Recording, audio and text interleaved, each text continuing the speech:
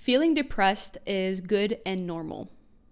And I know it's very risky to come here on the internet to say such a statement, but I really believe that what I've figured out is going to change your life. But I know that depression is very taboo and sensitive, and if you think that this will trigger you in any way, you should leave the video. I'm not here to hurt you.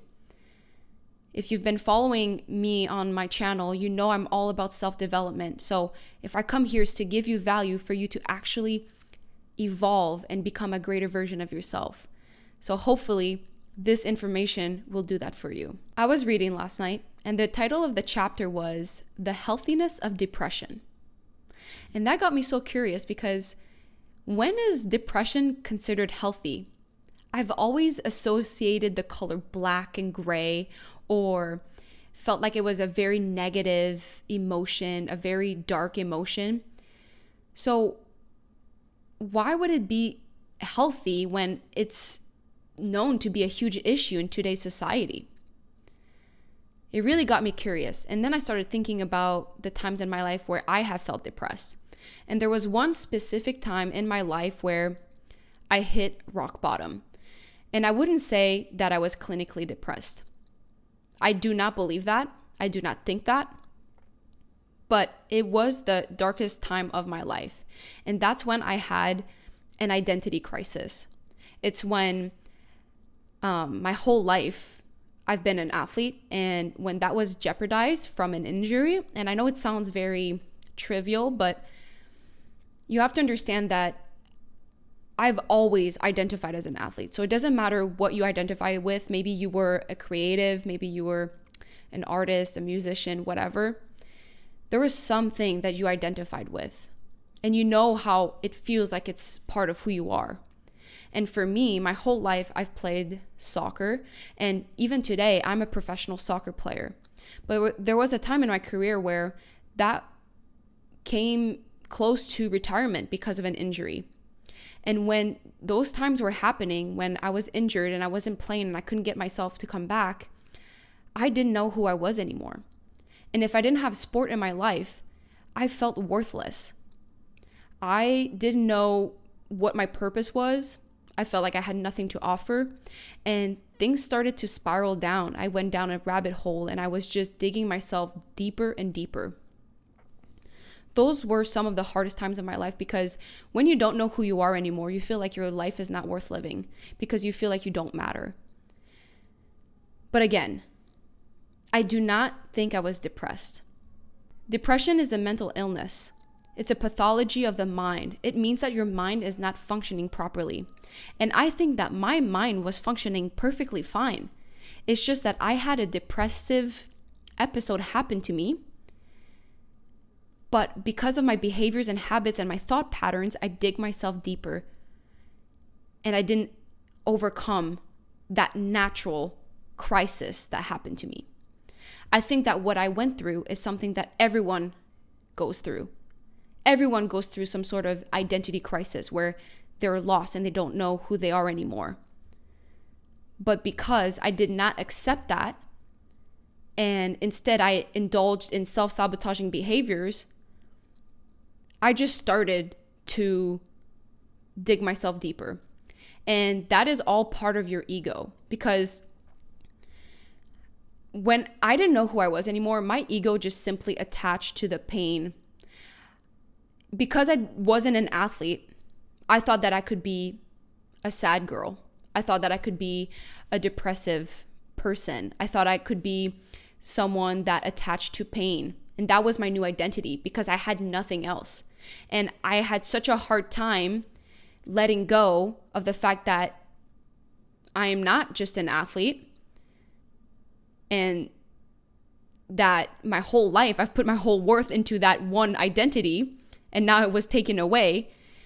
That caused so much pain that my ego was like, okay, well, I need to attach to pain for a new sense of identity. It's so clear today that I know my brain was functioning properly. There was nothing abnormal happening in my brain. It was just me doing the behaviors that would sabotage myself further. I think a lot of people do that. I think a lot of people are so afraid to let go of a truth about their life that they attach to their pain as their new identity. And we see that a lot in social media, where girls think it's trendy to be sad, to be depressed, to take hot girl pills. But this is not funny. This is a huge issue in our society because we don't know how to cope with life. We just don't know how to cope with normal passages of life.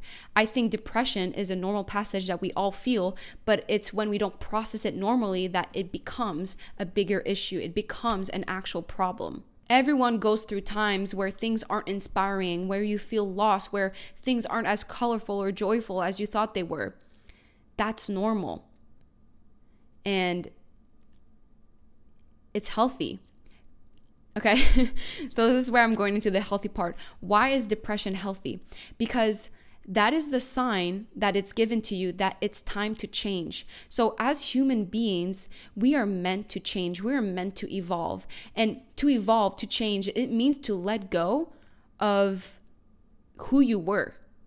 That means that there is some sort of death that needs to happen, the death of your old self.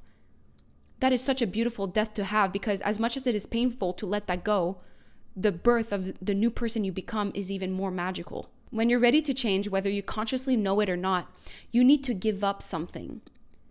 And usually what you have to give up is something that you either love or something that you're familiar with, and that will be painful. And that's where that normal, healthy depression comes from. And I think that when we resist that, that's when it becomes hindering. Because when we resist that normal process of letting go, when we resist that, that's when we indulge in the self-sabotaging behavior, such as eating junk food to soothe ourselves, or distract ourselves with TV or partying or going on social media because you want to distract your brain. But that is not allowing you to be introspective and understand what's happening. That's why sometimes if you have thought, I don't know why I'm depressed, it's because probably your unconscious or subconscious knows that you're ready to change, but your conscious mind doesn't know that yet. But your body, your aura, your soul is telling you that it's ready to change. It's giving you the signs that you need to let go of that old life. You need to let go of those friends. You need to let go of that job. You need to let go of those habits. And you're ready for something new. The unconscious is just one step ahead of your conscious mind. And that will happen over and over again because we are constantly changing. And there are many crises that we will experience throughout our life. But resisting that truth is what will hurt us more. Problems and crisis is normal. But it becomes an issue once we don't want to accept that. Once we want to hold on to our past and not change and want things to be just like they were. Nothing will ever be just like they were. I'm going to switch gear. Do you realize that suicide is the number one killer of men under 45 years old? The biggest threat to men is themselves. And that is a huge problem. And I don't care if you are a feminist or if you think that men are stupid, dumb, broken, weak. If one of the sexes loses, we all lose. And men need to get better. No one has ever listened to them.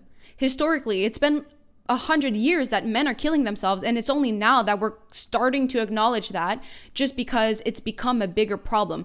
In every aspect of our lives, in technology, in cancer, in diseases, we have made advancements in technology, but the only thing that's getting worse is mental health. 80% of suicide is men. And I'm not saying that women have it easy, because I think it's about 135% increase in girls from 12 to 14 years old committing suicide. There's a lot of issues happening. And it's not because people have a broken brain. It's because people do not know how to cope with their depressive episodes, their moments of loneliness.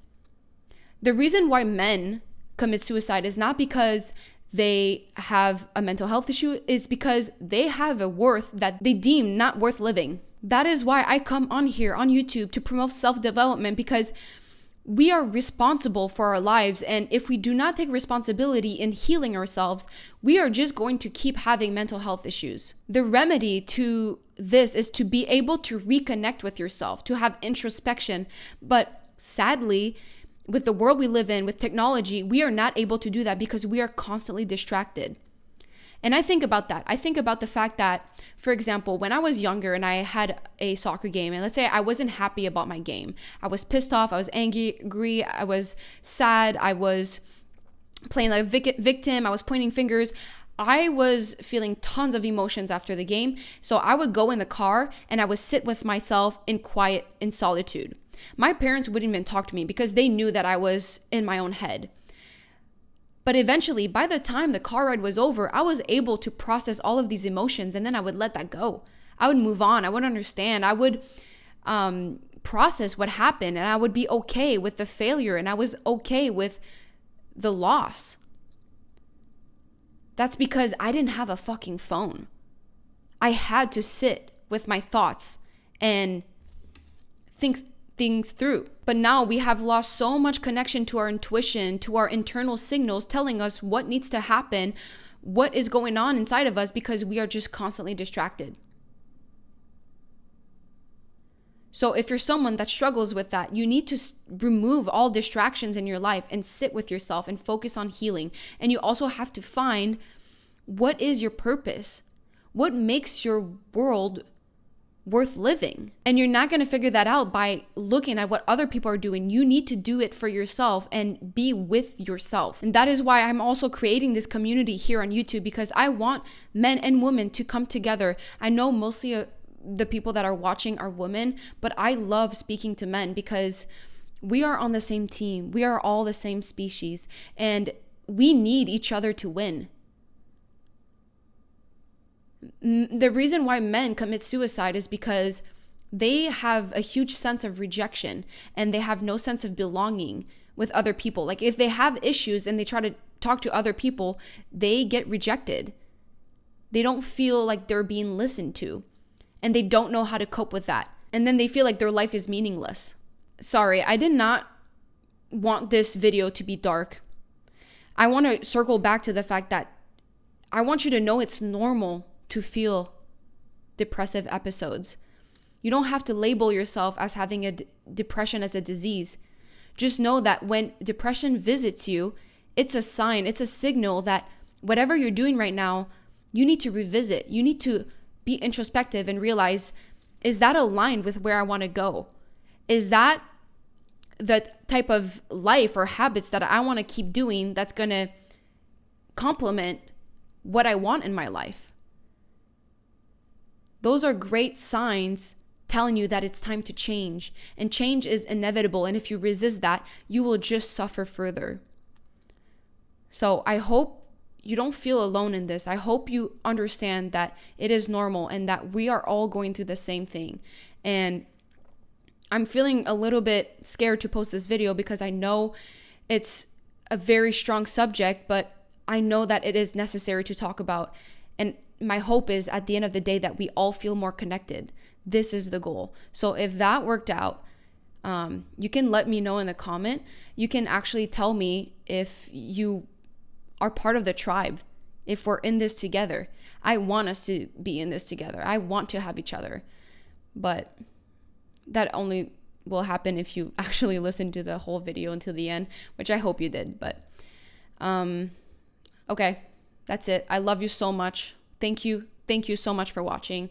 And I will see you in 2 days in a new video. Okay? Love you. Bye.